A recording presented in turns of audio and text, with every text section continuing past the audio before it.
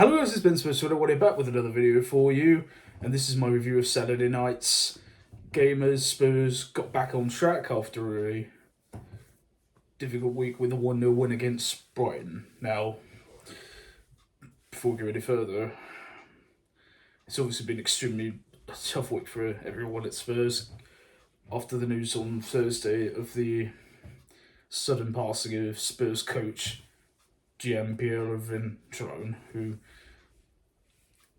the Marinas he was called by Antonio Conte and everyone else, all the players and the coaches at Spurs for his rigorous fitness work and how he's helped improve the team since he joined along with Conte last year. And you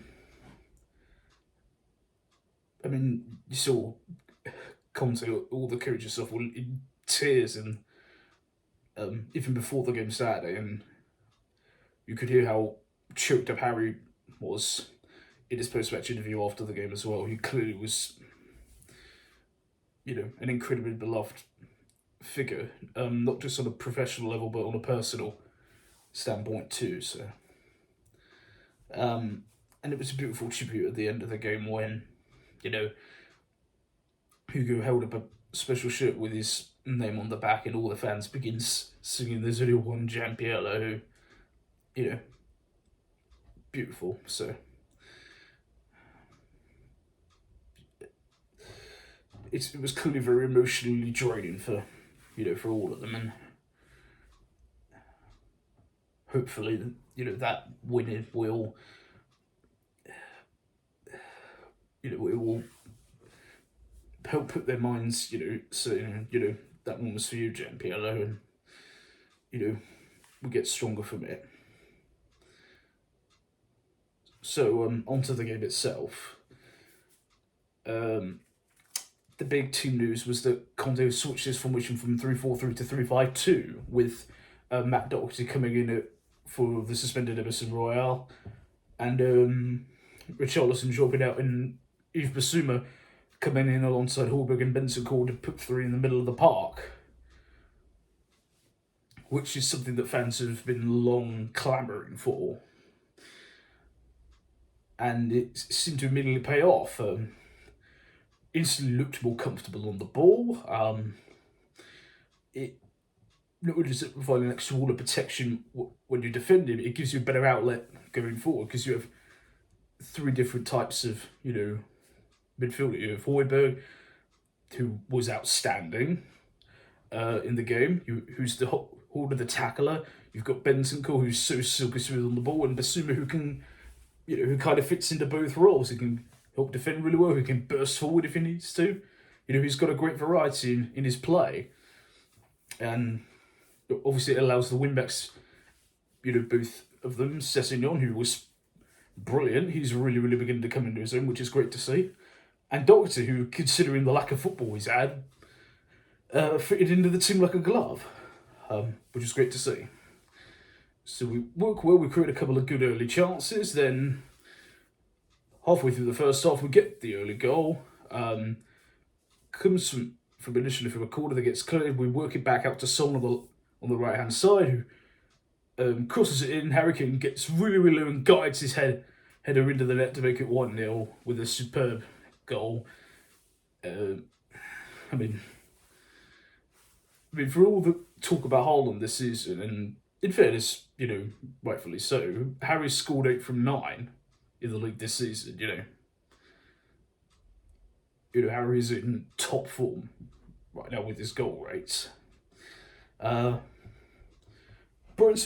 do create a few, half opportunities, but generally speaking, we had the much better defence, much better covered off compared to the last two games against Arsenal and even against Frankfurt midweek. We go into the second half and it kind of followed the same pattern. We do have one hairy moment where we accidentally give the ball away on the edge of the box, and Brighton don't punish it. Also, Solly Marsh has a good effort that flickers just wide. We then have a goal disallowed after a brilliant move. Kane feeds it to Son, who hits a beautiful shot with his left peg, but it was just bit offside, unfortunately. Otherwise, it would have been a fantastic goal. And by and large, we just kept them at bay and saw the game out really well. So a win which we badly needed. After the week of results and 2 clean sheets in a row now. So good foundation that is.